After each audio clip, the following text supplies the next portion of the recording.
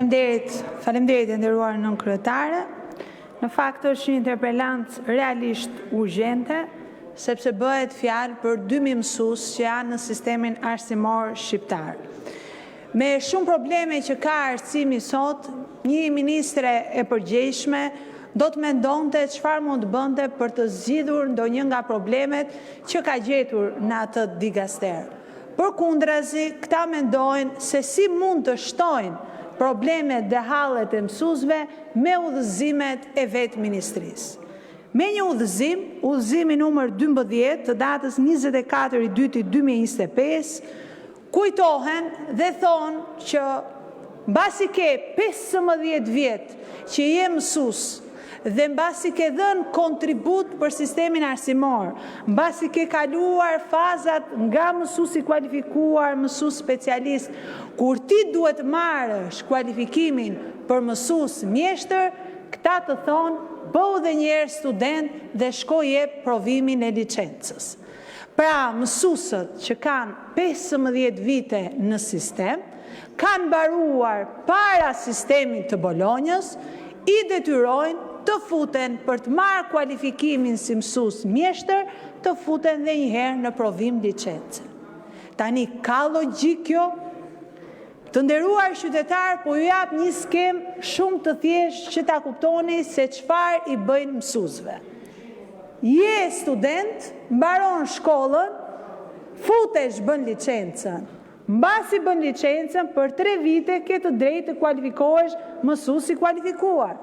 Mbas 6 vitesh ke të drejtë të kualifikohesh mësues specialist dhe mbas 15 vitesh ke të drejtë të kualifikohesh mësues mjeshtër.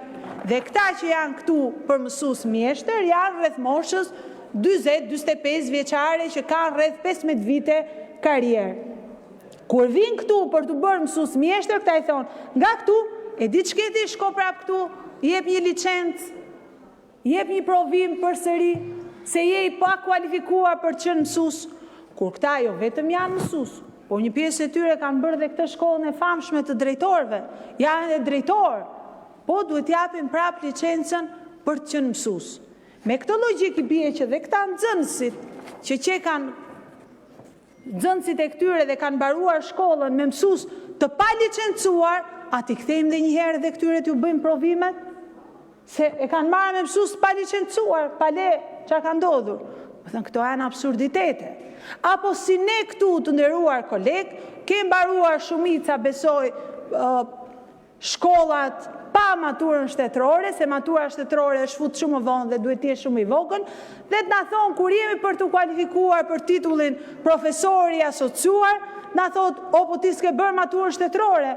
Shko ktheu bë dhe njerë maturën shtetërore, Zoja Kumbaru dhe unë, të dyja bashkë, me që nëse të dyja nuk kemi bërë maturë shtetërore. Dhe tani ligji e ka të bëjmë maturë shtetërore.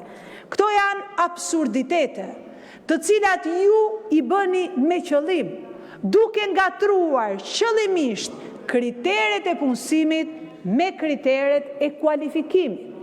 Kriteret e punësimit sot për të bërë mësues e kanë të detyrueshme licencën. Në kohën kur këta mësues janë punësuar, nuk ka qenë e detyrueshme licenca. Kanë marrë një diplomë i cila e kishte vetvetiu titullin mësues, dhe mbasi u fut sistemi i Bolonjës, nuk kishte më titullin mësues, por kishte mbaruar për mësuesi. Pra kur janë punësuar, nuk ka qenë e nevojshme për ta pasur licencën, dhe licenca është kriter punësimi, ndërsa kriter kualifikimi, ligji i ka të përcaktuara çfarë përmban dosja dhe si janë kualifikuar ata nga një stad, Zoja Kumbaru, te stadi tjetër pa qenë të licencuar, sepse ata janë kualifikuar, kanë kaluar mësues i kualifikuar, ka kaluar mësues specialist, pa licencuar. Erdhe ti tani dhe shpike rrotën që këta duhet jenë të licencuar, se kështu ta lexojnë ata juristët e paaft që ke në ministri, apo ato drejtoreshat që ke në ministri që i ke të kërkuar arrest shtëpie, çfarë ke atë Arta Dollanin atje që e merr ministri më ministri dhe të bëjnë këto lloj udhëzimesh? është totalisht shëmbje e sistemit juridik. Është një mësues ta shkatrosh nga siguria juridike, se ne nesër si kuvend miratojmë një ligj dhe i themi përveç licencës do të bëj dhe garë me pengesa 500 metrësh dhe do duhet ta fitoj para se të kualifikohet. Po këtë garën, nëse ju e miratoni 500 metra me pengesa, do ta bëjnë ata që futen për herë të parë në sistem. Nuk mund ta bëjnë ata që janë në sistem. Dhe ju përishni atë që është siguria e vendit punës, e drejta e fituar e cila nuk mund të tjetërsohet, siguria juridike e mësuesve, dhe nuk janë pak, janë 2000 mësues.